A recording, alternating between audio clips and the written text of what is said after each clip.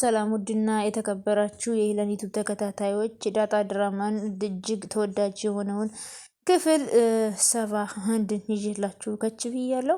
አቶ ደረጀ እንግዲህ ተኝቶ እየቃዠ ሰላምዬ እንዳታደርጊው እያለ ሲቃዥ ከዛ ወይዘሮ ማርታ ደሬ ምን ሆነህ ነው ብለው ቀሰቀሱት። ከዛ ሰላም አታደርጊውም ብለው ሲቃዥ እንግዲህ ሰላም እባክሽን አይሆንም ብሎ አቶ ደረጀ በህልሙ ሲቃዥ፣ ከዛ ወይዘሮ ማርታ ደግሞ ምንድነው የሚያወራው? ምን ሆኖ ነው ደሬ ምን ሆነሃን ብላ በግርምት ተጨንቃ ማየት ጀመረች። ከዛ በኋላ በጣም ሲቃዥ ቀሰቀሰችውና አንተ ደሬ ብላ ቀስቅሳ እባክሽን አታድርጊው በማለት እሱም ሲቃዥ፣ ከዛ ምን እያልክ ነው አለችው። ከዛ ማርትዬ ምን እያልኩኝ ነበረ? ምን ተፈጥሮ ነበረ ብሎ ይጠይቃል። ከዛ ምን ነው ደርዬ ምን ሆነሃን? ደህና ነኝ ምንም አልሆንኩም። ደህና ነሽ አንቺ? እየቃዠህ እኮ ነው። ቃዠሁ እንዴ በማለት ይመልሳል ማለት ነው። ከዛ እኔ እኮ በጣም ደህና ነኝ በማለት ከዛ ወይዘሮ ማርታን ደርዬ ደህና አይደለህም ምንድነው የሆንከው ብላ ምንድነው የተፈጠረው ደሬ አትደብቀኝ ንገረኝ፣ አሞሃል እንዴ ወይስ ምን ሆነህ ነው ብላ ስታስጨንቀው፣ ከዛ እሷም መጠየቋን አልተወችም። ማርትዬ ደህና ነኝ አልኩሽ እኮ አንቺ ተኚ በማለት ይመልስላታል። ከዛ ቆይ ግን ሰላም ማሪኝ ማርትዬ ማሪኝ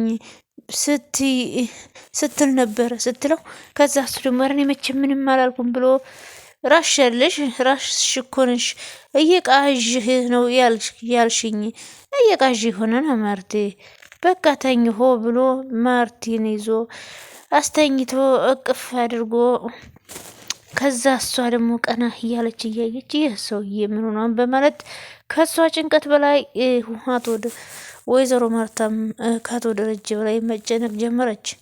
እሱም በጭንቀት ሊሞት ነው። እንግዲህ በዳጣ ነበረ ያው ወይዘሮ ማርታ ላይ እንግዲህ ልጅ በመውለዱ በጣም ሲያሳስበውና ሲያስጨንቀው ነበር። አሁን ደግሞ እንግዲህ ሰላም የተረገዘው ልጅ አንተ ነው ስትለው አቶ ደረጀ እንግዲህ በጣም ቅውስ ብሎ ጭንቅ ብሎት በቃ በጣም እያሰበ እህልም አይበላም፣ ከሰው ጋር አያወራም። ከዛ ወይዘሮ ማርታ ምንድን ነው በጭንቀት እኮ ልትገለን ነው፣ አንተ እኮ ዝም ስትል ቤቱ ሁሉ ራሱ ዝም ነው የሚለው፣ አንተ እኮ ነህ የቤቱ ድምቀት የቤቱ ራስ አንተ እኮ ነህ፣ ምን ሆንክብኝ ደርዬ ብላ፣ ከዛ አቶ ደረጀ ምግብ ቀርቦ ብላ ደርዬ ስትል ዳጣም ሁሉም ቀርበው፣ ከዛ ዳጣና ውሃ ማለት ነው ከወይዘሮ ማርታና ከአቶ ደረጀ ጋር ቀርበው እንግዲህ ናታንና አብይ የሉም፣ አራቱ ቁጭ ብለው እየበሉ እያለ ከዛ በኋላ ወይዘሮ ማርታ ያዙ እንጂ ብሉ እንጂ ምናምን በማለት ትናገራለች። ከዛም አቶ ደረጀ ደግሞ ምንም እየበላም አይደለም ምግቡን ከፊት ለፊቱ አድርጎ በመጨነቅ ላይ ነው።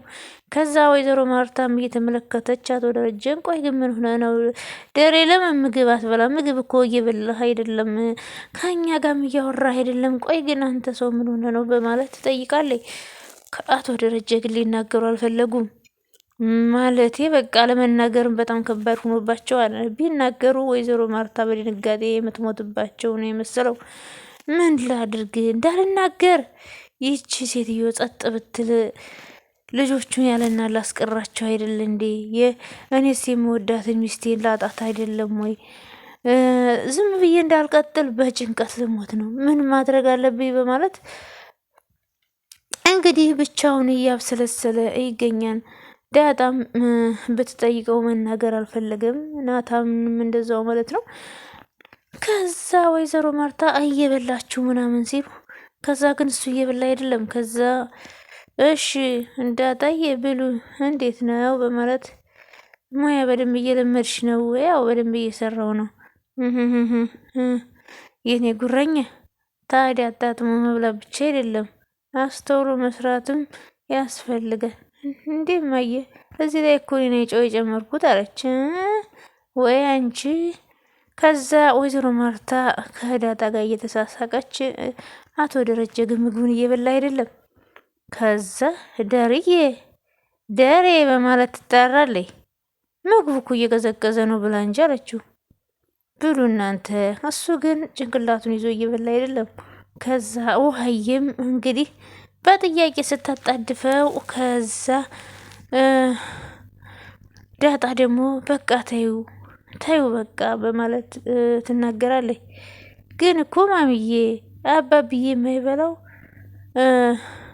ምናምን ብላ ከዛ ለምንድን ነው በማለት ደረዬ እርግጠኛ ነህ ግን ደህና ነህ በማለት ትጠይቃለች። ደህና ነኝ በማለት ከዛ ውሃም እንግዲህ በጥያቄ ስታጣድፈው ዳጣ ደግሞ ተይው በቃ በማለት ከዛ ዝም ብላ መውራቷን አላቆም ስትል ምግቡን በእጁ የያዘውን ምግብ ለውሃም አጉርሷት ተነስቶ ይሄዳል። ከዛ ወይዘሮ ማርታ በጣም ተጨነቀ። አባብዬ ግን ስም ማን ነው ብላ ጭራሽ መጠየቅ ጀመረች።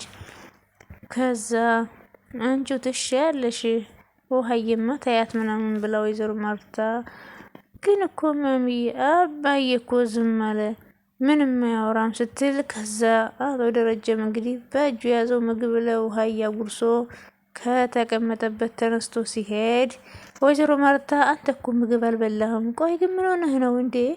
ምን ሆነህ አንደርዬ በማለት ትጠራለች። አቶ ደረጀ ግን ምንም መልስ የላቸውም። ተነስተው ሄዱ። ወይዘሮ ማርታን በጭንቀት ሞቱ። ከዛም እንግዲህ አቶ ደረጀ በጣም ተጨንቀው ነበርና ከዛ ተነስተው ወደ ቤተ ክርስቲያን ሂደው ቆይ ግን ምን ባደርግ ይሻለኛል ብለው ሲጸልዩ እንዳልናገር ሚስቴን አጣታለሁ፣ ልጆችንም ልበትናቸው ነው ያለና ሊቀሩ ነው። እኔም ትዳሬ እኔ መሰለ ትዳሬ ሊበተን ነው። ዝም ብዬም ደግሞ በጭንቀት ሞትኩኝ። ምን ማድረግ አለብኝ ብለው እንግዲህ ሲጨነቁ እንግዲህ ሰላም ያደረገችው ነገር በጣም ቀላል ነገር አይደለም። ልጅን ለመተካት ብላ እንግዲህ አቶ ደረጀ ሰክረው ሲመጡ ይሄ ልጅ መፈጠሩ ደግሞ ለአቶ ደረጀ እንግዲህ በጣም ከባድ ነው። አንድ ልጅ እንኳ ቢሆን ጥሩ ነው። አሁን ግን ሁለት ልጅ ደግሞ ጭራሽ የደረጀ ልጅ ናቸው ሲባል ዳጣም የተረገዘውን እንግዲህ ወይዘሮ ማርታ በድንጋጤ ጸጥ እንደሚሉ እርግጠኛ ነን ማለት ነው። ስለዚህ አቶ ደረጀም እንግዲህ የሚያስጨንቀው ለዛ ነው። ከዛ ዳጣና ናታን ቁጭ ብለው እያወሩ እያሉ ቆይ ግን እኔ የአባዬ ነገር በጣም እያስጨነቀኝ ነው አለች። የእሱ ነገርስ እኔንም በጣም እያስጨነቀኝ ነው በማለት ናታንም ይናገራል። የአባትነት ፍቅር እየሰጠኝ ነው፣ እኔ ከአባቴ ውጭ ሌላ ዘመድ የለኝማ በማለት ለናታን ትነግረዋለች።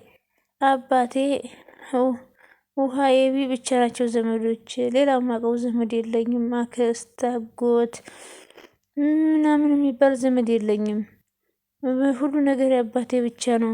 ስለዚህ አባቴ ደግሞ እንደዚህ ሲጨነቅ ማየት አልፈልግም። አሁን አገኘሁት፣ ቤተሰቦችን ተቀላቀልኩኝ። ከዛ ደግሞ እናቴን የት ነው ያለችው ብዬ ስጠይቅ አሁን አባቴ ደግሞ እንደዚህ በጭንቀት በመጨነቁ እኔ በጣም ከፍቶኛን በማለት ከዛ ቆይ ግን እናትሽስ አላት።